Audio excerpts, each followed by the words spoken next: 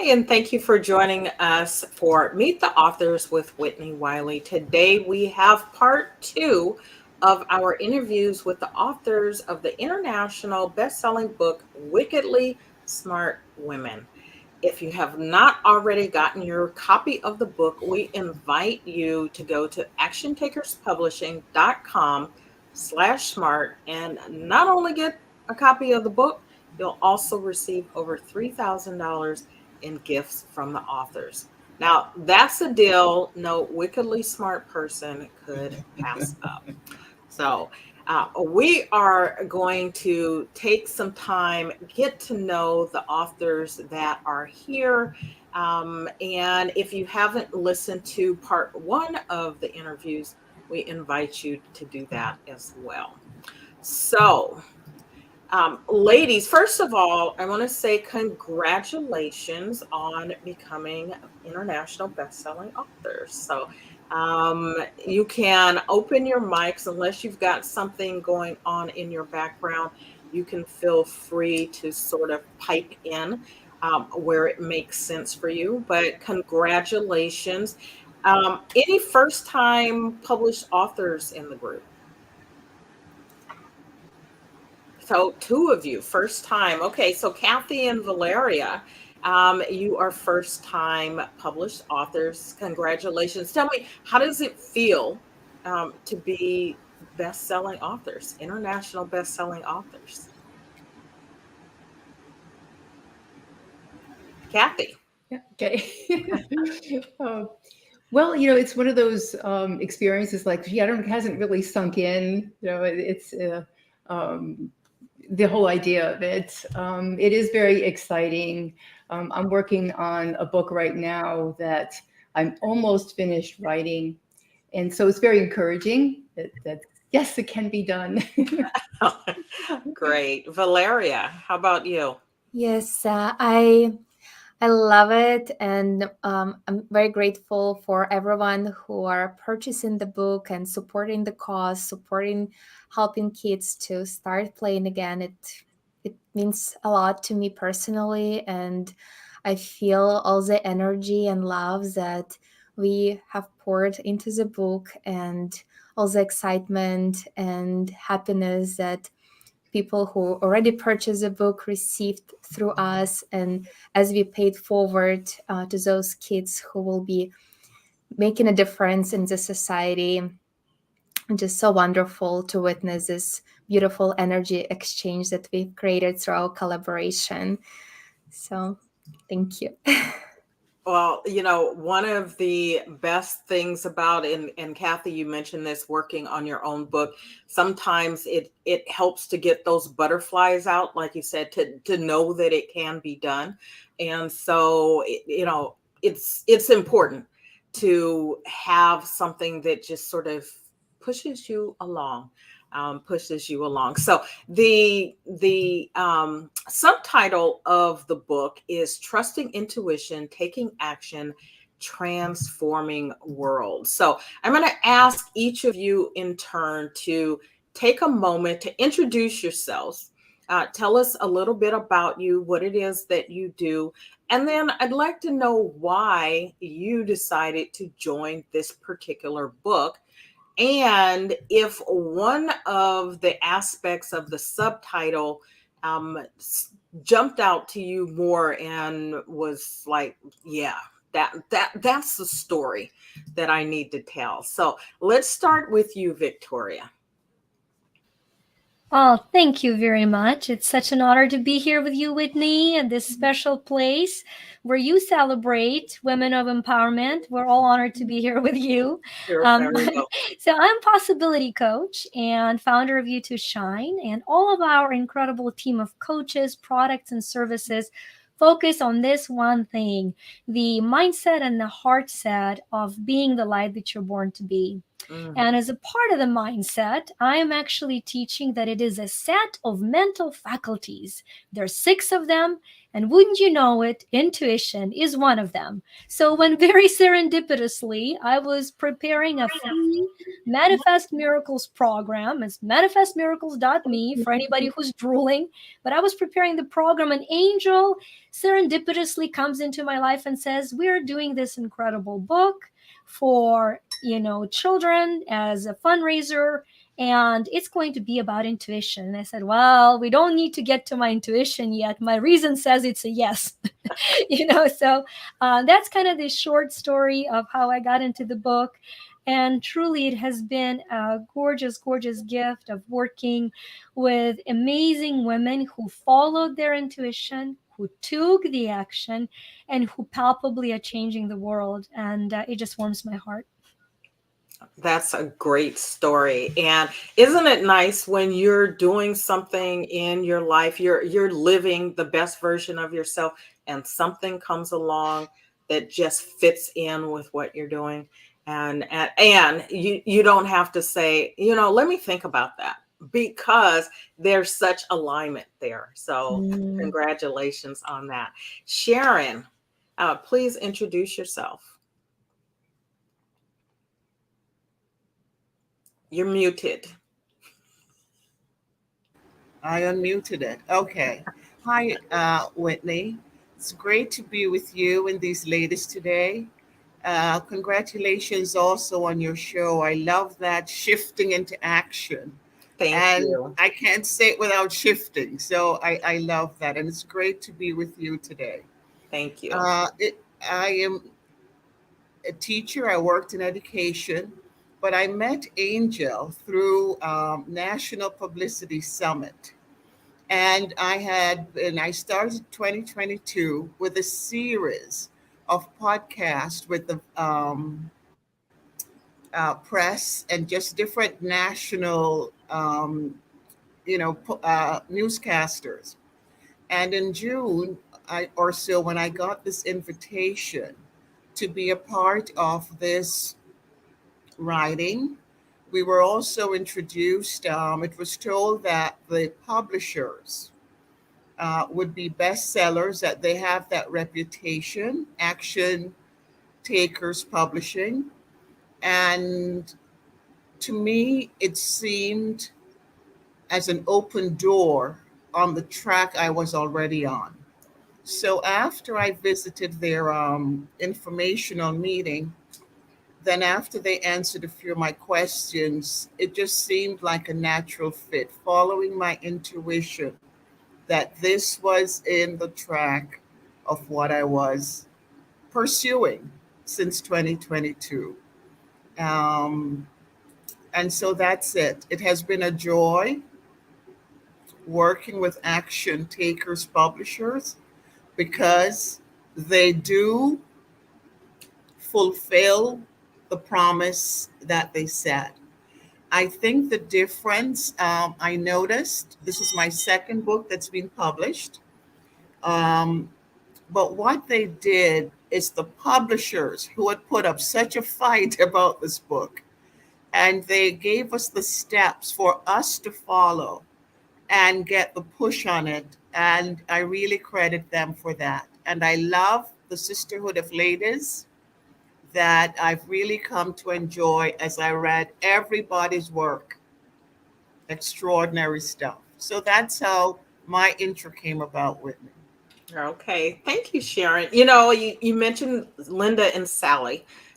They are the publishers of Action Takers Publishing, and they do an amazing job. You're absolutely right. I had the pleasure of meeting Sally and Linda about 3 years ago. So just right after the pandemic started, we were part of a different collaboration book series that at the time hadn't become a series. It was just a book that we were part of. Actually, Linda had worked with the publisher of that series previously, and I wanted to do something to help promote the book, right? And both you and Victoria have talked about already the collaboration and sisterhood, being in community with people, and I wanted to do something to help promote the book. And so I offered the publisher to interview all the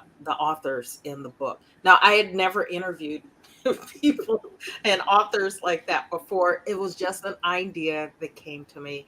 And that was how I got to meet Linda and Sally, through interviewing them for another book series. And then fast forward last year, they launched Action Takers Publishing in a way that I don't think either of them had sort of thought about previously.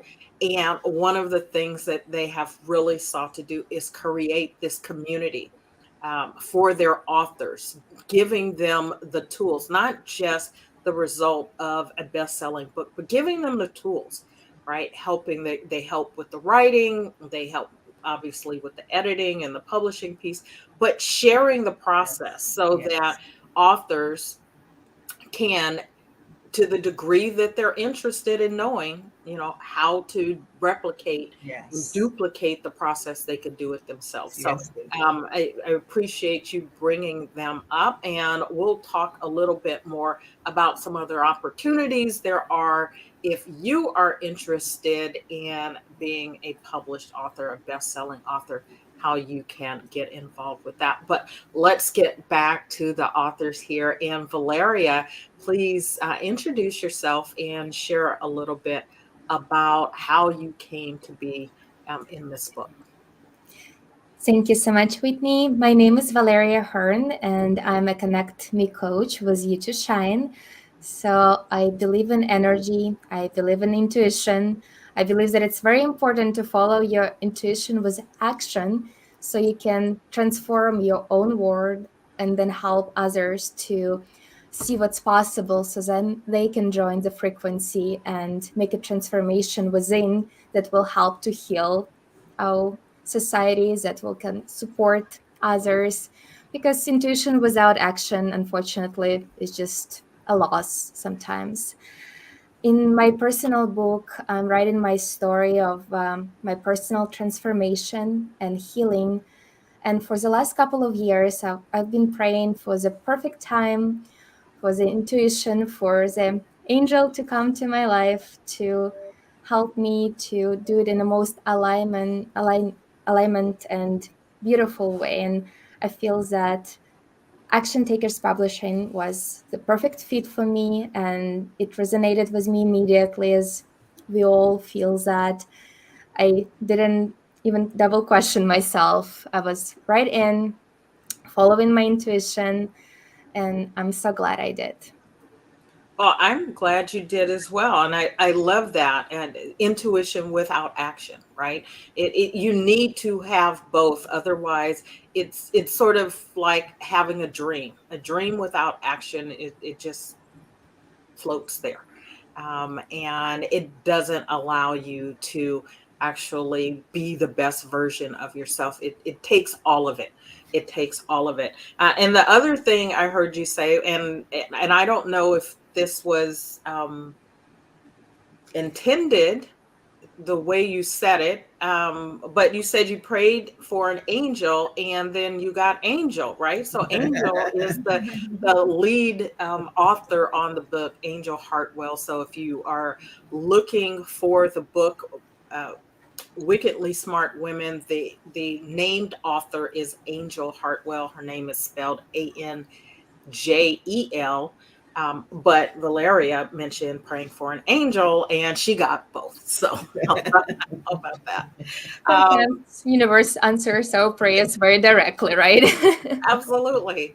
Absolutely. And when you get something that's a little different than what you thought, you go, it may not have been what I was thinking, but it's exactly what I needed, right? And so you asked for an angel and you got two. So two for the price of one.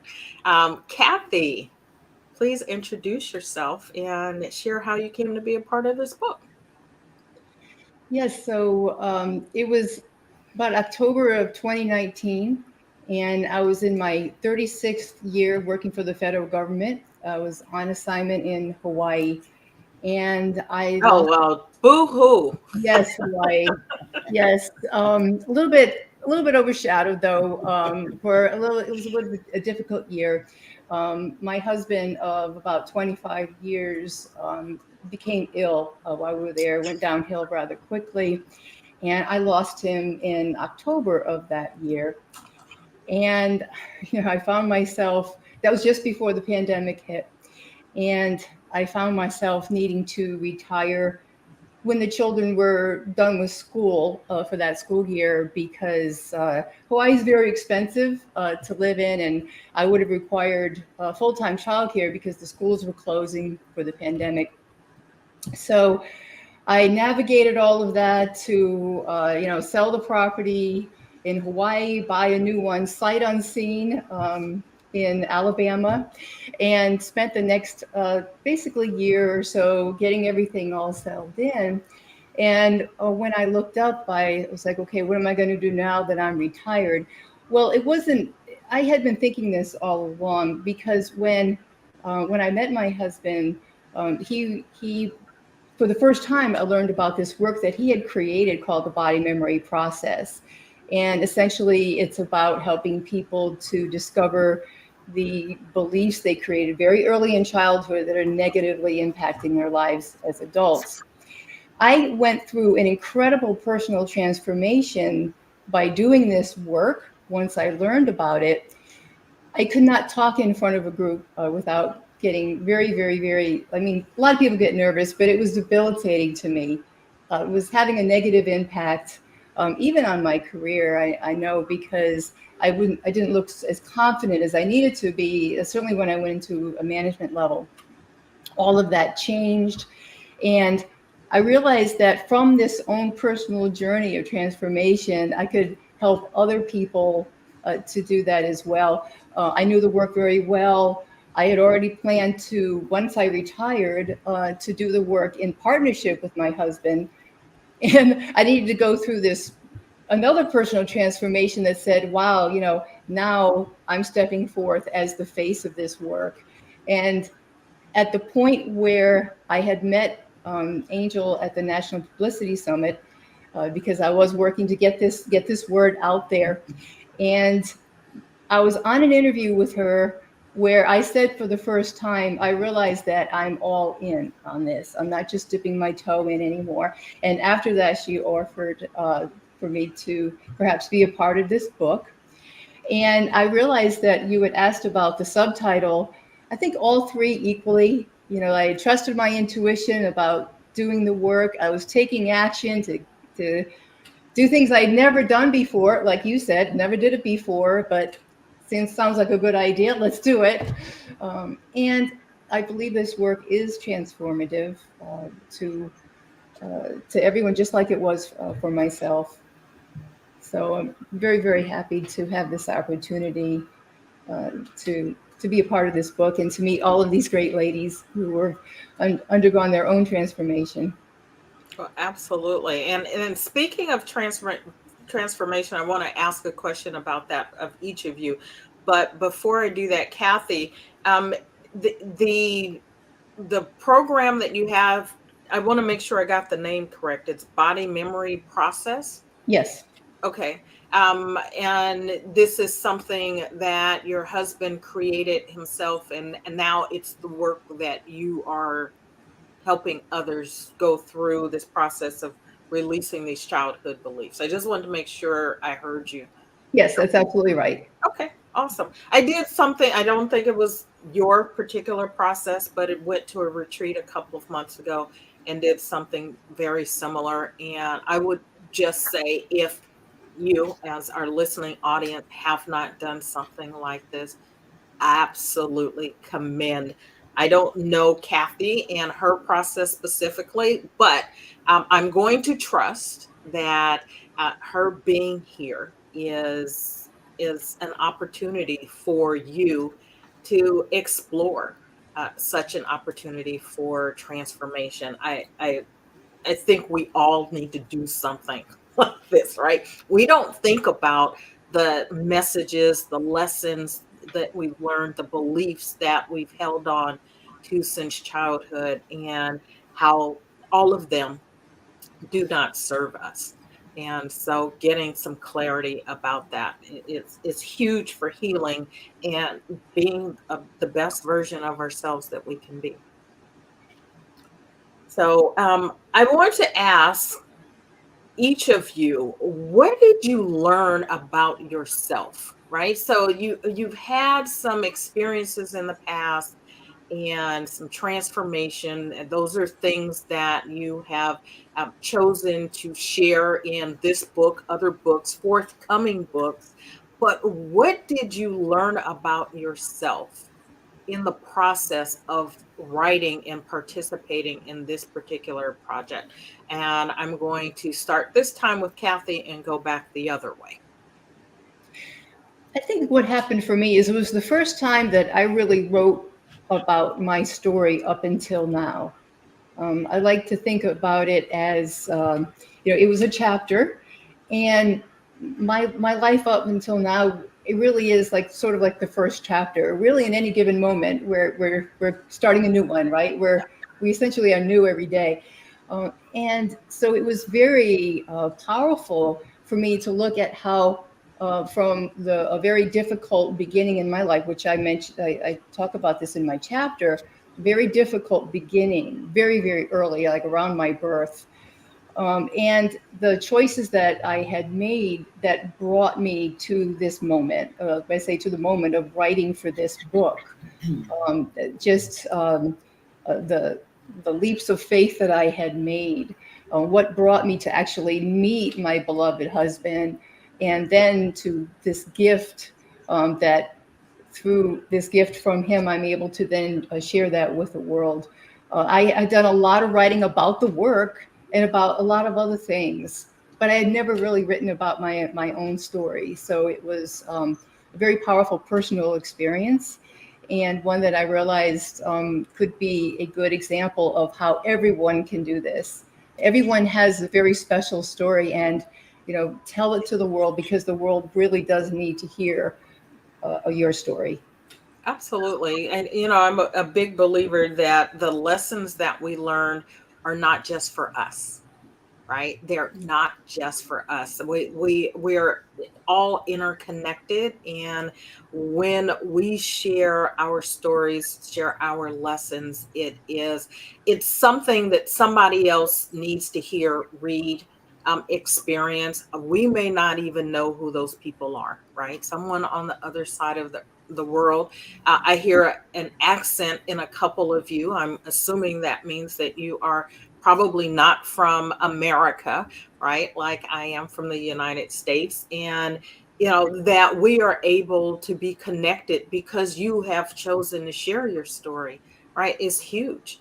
And so, think of all the people that you have the opportunity to impact. And when I think of being best-selling authors, it's not about that specific accolade of that title, right? Best-selling author, but the opportunities for your words to be in somebody else's hands because they've purchased the book or it was purchased for them, and now they have an opportunity for transformation. So I agree with you, Kathy, that this concept of sharing our stories, our lessons with other people is hugely important. Valeria, what did you learn about yourself in the process of writing and being published? For me, it was another validation that I was really able to reach a full healing through my personal disease, not only from the illness itself, but also from all the uncertainty and fears and doubts that I've had back then.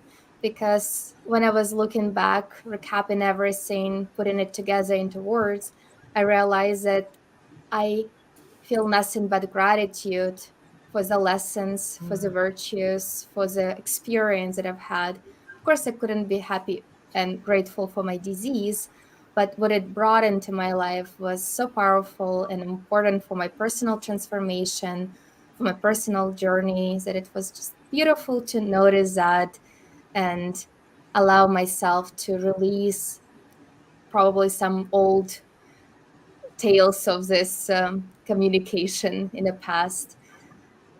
So that was my personal journey with that. You know, again, I'm sure I'm going to say this 1,000 times before we're done. I love that you started with validation. It's validation of your healing, right? Not validation that you're okay because you wrote something and published, but the validation of your healing, and tying that to uncertainty, fear, and doubt, and those things that generally keep us from taking action, right? Absolutely. And so we're talking about intuition with action is what's needed ultimately to get that, to do the work, right? To get through the healing, and you sharing that, and again tying that to gratitude, which is so very important in our journeys, not for the thing itself necessarily, right? No one wants to go through the pain, but who we become out of that is something to be celebrated and to be grateful for. So awesome. Thank you.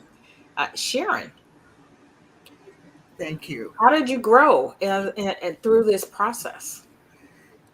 Enlightened, organized, and I look at it, Whitney. There are two parts. One part was the process that we went through. So the initial invitation, the writing, because we didn't know each other's faces at the time, who were the parts in the book. And then now I look at the outcome, and the outcome is definitely spectacular. So to answer your question, for me, and I enjoy it. So it stays in my hands. It's marked up all over and dated, and I enjoy it. And as you heard me use that word sisterhood, that's what I've sensed since I've read every latest story. But for me, when I was getting it together, what I noticed, my career or my work was education. And even that banner behind me, Wallens Global Learners, that's something that was in my classroom. That's not created now. That was in my classroom, celebrating children, because after a few years, I would notice them among themselves as they're walking to lunch, or they're moving around among themselves. They would say, "But we're Miss Wallens so and so," and they would give themselves little names. I also look at my, there are different awards, national awards that I've achieved, and it's because of the children. And I taught elementary school. I taught beginning career kindergarten, 5-year-olds, but majority was then second-year-olds, second to fifth grade. So 7-year-olds to 10-year-olds. And when they would get to high school and they would be on national honor roll, national dean's list. They have left Miss Wallen a long time ago, and they would be interviewed for their work, and they would be asked a teacher or teachers who mentored them. I have no idea they're in that status in high school, in 12th grade, and yet my name was mentioned. And so the organizers would write me. So I noticed some of those in terms of my accolades. One or two, the notes that these little children that I now have in my hands and I can read, and they're telling me, "Thank you for, you know, helping me to reach my goal. Thanking you for making me feel important." Those are 10-year-olds. I was doing lesson plans. I was teaching in a classroom. But what it made me see, Whitney, is that those young little hearts that were in the room, it mattered the culture of the classroom. It mattered how the teacher spoke with them. It mattered their little questions, their little concerns, and how that teacher responded. And so in this opportunity, I am encouraging anybody who works with children. So I mentor teachers.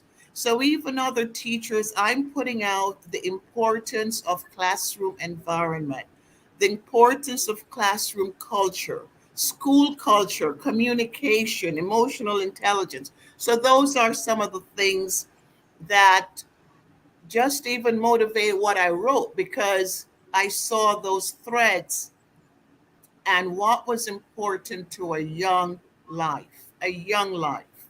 And that motivated me. And then now on the outcome, I'm able to enjoy all these other great stories and great sisterhood. I love that. You started with being enlightened and organized, Yes. right? And Yes. enjoying the process. And as I listen to you tell the story, reaching back to your students when they were young and as they've moved on, while you haven't kept in touch with them, the impact that you had on their lives, right? It matters. And all of us have that ability, not just through people that are reading your current book, but everything that you've done along the way, and how we treat people matters. And so um, reminding ourselves of that. And thank you for sharing that, Sharon. And I Um, just want to add one little part, sure. Whitney, this is so important, that I've only taught in the state of Florida. And there was one little student who, he was now in New Jersey on National's Dean's List. And that was where, so even though he moved states and he's at this recognition, who is among the teachers, because I don't think it's only me, but at least my name was still, I taught him when he was 7 years young in second grade. So self-worth, Yeah. those things are critical. And that's what the young years matter. Thank you. That is so true. And I love that the work that you're doing now involves mentoring teachers. I think Yes. teachers need that. They need to know that the work that they're doing matters beyond the classroom today, and that how they treat their students will last with those students a lifetime, good, bad, or indifferent, right? So thank you for your work in the classroom and now your work with teachers. Victoria, who did you become as a part of contributing to this book? What lessons have you learned? I love the way you reframed the question, because as I was listening to every question and answer, I was thinking, this is so gorgeous and it's so aligned for each author. But really, for me, it was who I was becoming. So it's so funny that you asked that. You know, Intuition. into it, it might be something around it. I think that all of us, present company included, we're teaching what we're learning. Whatever our soul is eager to learn, it is so eager to share. Now, I teach a lot, which tells you I have a lot to learn. And one of the things that has been going on, and this chapter brought into such bright awareness for me, actually not one thing, two sides to one kind of lesson, was um, years ago, client said, I'm struggling to commit, I'm not committed, and I was going to help them with commitment. And what came through me was, wait a minute, you're incredibly committed, but you're committed to your scared self. All you need to do is recommit to your sacred self. And now let's look at the letters. They're same letters. The C is in a different position. We're just going to shift the C from scared to sacred. Bingo. I'm running around. I'm giving speeches. I did a free meditation. We're all shifting from scared to sacred. Meanwhile, for the last 6 months, there's still a small voice keeps asking, do you trust me? And I'm like, of course I trust you. I trust you've got my needs covered. Do you trust me? I'm like, is my child gonna die? Are you asking me whether I trust you with the life of my child? I'm sobbing, I'm healing. I'm like, okay, I trust you. And then it's my husband. I have this journey of self-healing. And then the book comes out. It's my sixth book. It's my, second compilation book, but sixth book. In my mind, it's a small contribution. in my mind, I'm minimizing it to, I just did a chapter, Then all of a sudden, my tennis buddy, who's read all the books I've written, thanked me for all, pulls me inside and says, "Today I believed you. Mm, Wow. Today mm, I believed you. Wow. All those books, they're about somebody else who's bigger and greater. This is me." And all of a sudden, I realized, wait a minute. Finally, I realized that it is the sacred part of me that has been so in denial of the scared part that I've been writing and teaching and calling to the light within. And I gave myself a moment to sit down and say, "Come here, I'm going to hold you, I'm going to hug you. You don't have to be perfect. You don't have to be anything. You actually don't have to be anything. Just be. Just be and be loved." And so that little tiny chapter of a contribution has become one of the greatest miracles in my life. And I think it goes with what Sharon says: one little smile, one little act of kindness is probably one of the greatest miracles we'll ever witness. And what a lesson it is for me. Stop striving for sacred, love the scared, let the miracle happen. That's what this chapter is meant for me. amazing, amazing. And as you were talking, you started with, I shifted the question a little bit, and it aligned with you. As you were talking, I just wrote down two words: to be. Yeah, right? Just be. And then you end it with that. Wow. So, Yes. permission to be Yeah. who you are, right? All of us need to give ourselves permission to be who we are, to be scared when we're scared, to be, in fear, in doubt. Be that, right? Acknowledge that. We can't move through things that we're not aware of. We can't move that. We can't heal those things if we're not aware that they're there. And we're so busy denying the stuff because, certainly in the US culture, maybe not everywhere around the world, we have this notion that we're entitled to be happy, right? And it's a choice, it's a process, right? We're not entitled to be it just because it is who we are, but we have to get there. We have to get there. And so we have to move through the other stuff to get there. The other thing that I wrote down as you were talking, Victoria, is that piece where you're talking about making yourself small. And you said, right? I just contributed this chapter, Yeah. right? There's no just. Everything we do matters, right? Every action we take matters. It is a part of our process. I like to think of it as, I don't know, artichoke, an onion. You're peeling off the layers and getting back to who you are. Right? We are who we are, but it's covered over by all this stuff. Well-meaning, loving parents, friends, society, teachers, whatever, people, expectations, and then the things we start telling ourselves, right? We pile all this stuff.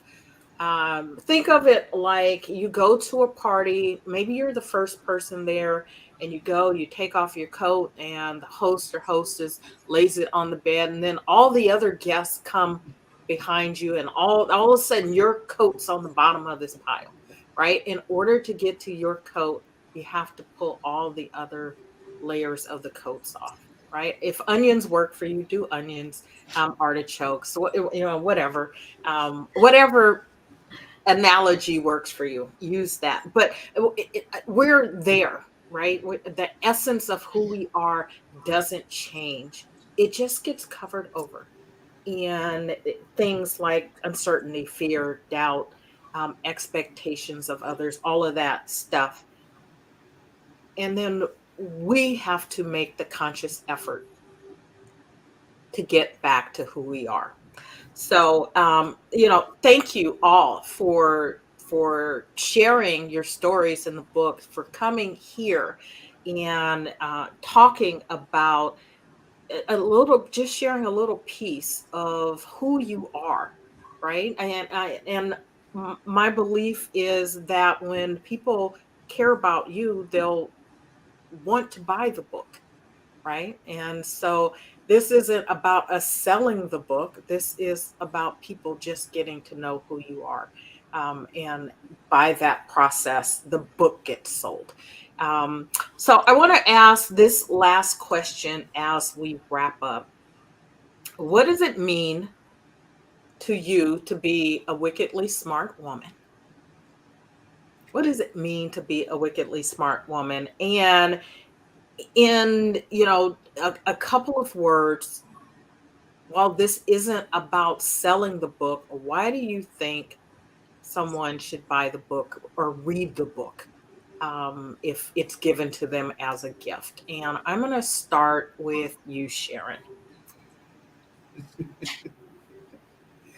Thanks, Whitney. And I thank you for just how the time that you take with each of us.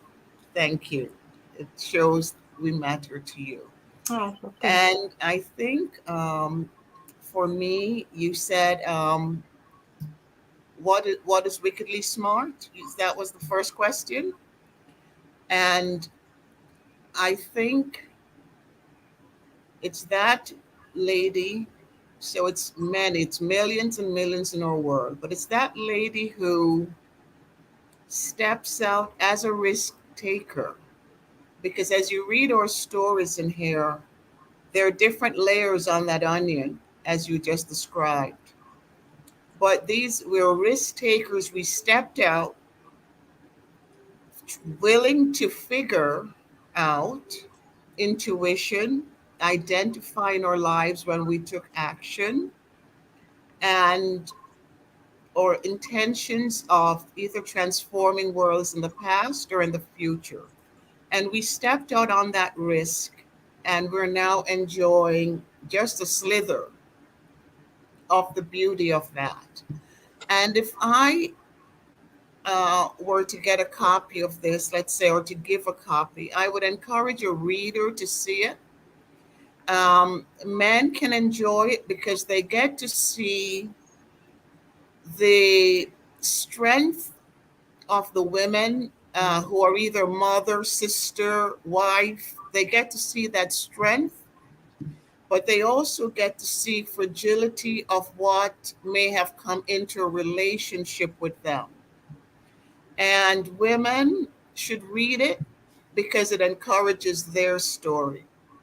They will be able to find themselves here, whether a little girl scared, a teenager not understanding illness, um, a migrant to another country and starting over, a wealthy entrepreneur but just won't give up on the businesses.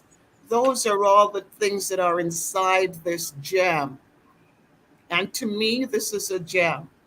I thank Angel for taking the risk. It is the title of her podcast. I don't know about the caption part, how she came up with that other part, but this was a risk and a beautiful risk. And for me to be a part of the first edition, because they're going to do others, I am very grateful. But risk taking, but I think men and women should see it because the women in here are a great sample of our universe. Thank you. Thank you. I love the juxtaposition. You talked about strength and fragility. Yeah. And I love that, pointing that out. Valeria, what do you think it means to be wickedly smart? To me, it means unity, it means collaboration, and it means support. Because I think that we all learning that we can be the light who you are without a need to diminish the light of another person next to us or our own light in order to be in a community, in order to support each other. and to share who we truly are by accepting the truth about another person. And for me, it was one of the biggest blessings to be the part of this community, because I think we all have this frequency, we all have this gratitude inside, and we just generously share it with one another to support the book, to support the cause, to support the publishers, and so on and so forth. That's awesome. Collaboration support. I love, again, be the light that you are, right? And your light doesn't have to diminish someone else's light. And I think the more we can embrace that message, right, there's room for all of us. All of us have a gift. And it actually takes all of us stepping into our own light to create the bigger light, the brighter light that we all need to find our path. So thank you for that. Kathy, what does it mean to be wickedly smart, and why should someone read the book? I would say being wickedly smart has nothing really to do with your mind, but everything about your heart. It's about everything that these women have been talking about today, about being self-aware, self-compassionate, as Victoria said, being gentle with yourself. Like Sharon was talking about, you realize the impact that you have on others, especially young ones, so that we know that young ones can make these conclusions about themselves based upon even one experience. So how fragile and also how strong they are as the growth, as the being that they are developing. And I would encourage everyone to read this book, because everybody's story is different and yet the same. And so we can see the diversity and at the same time the oneness that we all are, and how we really are sharing the same the challenges and the successes that we enjoy in life, by being able to not get stuck, but to move through any trauma or any difficulty and emerge out the other end as a light for others. I love that. The diversity and the oneness. It reminds me, I don't know who said this, maybe one of you will know, but it's something about, we may have come here on different ships, but we're like all in the same boat, right? And that's what came to mind when you said that. It's all different, but we're all one, and we're all interconnected, interdependent. And the more we can embrace that, I think that allows us to do what you said, right? Focus on the heart and not the mind. So, Victoria, I will let you wrap up this question with, what does it mean to be wickedly smart, and why should someone read the book? I see each one of us, and I see the new reader as that wickedly smart woman. And what does it mean? She found the secret giggle. She all of a sudden realized that amidst the adversity and trial and failure, she doesn't have to suffer. Shh, she does. She discovered the greatest secret, that not only she can overcome it all in a wickedly powerful way, but she can laugh in the face of disaster. And she first is healing through that inner joy. She's like, am I really not suffering? I mean, can I really be happy? And then that power of joy starts vibrating through you, and you cannot contain it. And you realize that the only way to grow joy is to share it with others. And then you become a wickedly smart bunch of women who become writers. And then you find the readers. And so if you're that woman and you're like, what? You mean I don't have to feel guilty that I'm not suffering about the stuff that I can't heal? That I can have joy again? Welcome to the Sisterhood of Wickedly Smart Women. Read and let's start a new pandemic of joy. That is the calling for Wickedly Smart Women. We're taking over. Enough COVID. Let's do joy. So let's get everybody, contagiously joyful, not deliriously happy. Yes, we will cry through the joy as we face the obstacles, but we won't lose the joy. Love that. At the core of that is choice, right? We have the choice. And now that you know, you can choose. Now that you know, you can choose. And so all of the women who have contributed to Wickedly Smart Women, they have chosen to share their journeys, to share a portion of their stories so that you can be a part of the oneness, right? That you can be connected to each of their stories, all of their stories, or just one of the stories, right? In the end, it doesn't really matter. The ones that are meant to resonate with you will resonate with you. And so I just want to thank all of you, Kathy, Valeria, Sharon, and Victoria. Thank you for being here.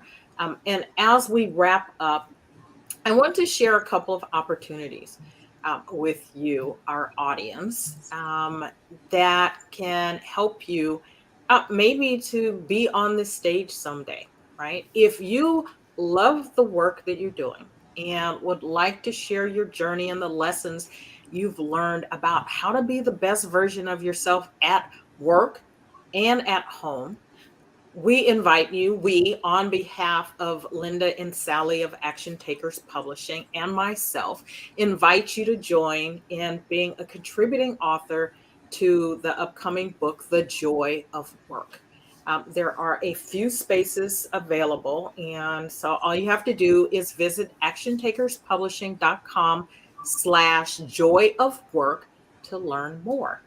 And if for some reason loving your work is not your thing, right? Because I know plenty of people who don't love the work that they're doing. I used to be one of those people. I am not one of those people anymore. But if loving your work is not your thing, there are dozens of other projects in the works at Action Takers Publishing for you to check out. So review the list of topics, see which one resonates with you, and then take action on becoming a published author today. Again, ladies, thank you. Thank you, thank you, thank you for joining us. Congratulations on the success of Wickedly Smart Women, and the absolute best to you moving forward. Thank you. Thank you. Thank you. Thank you.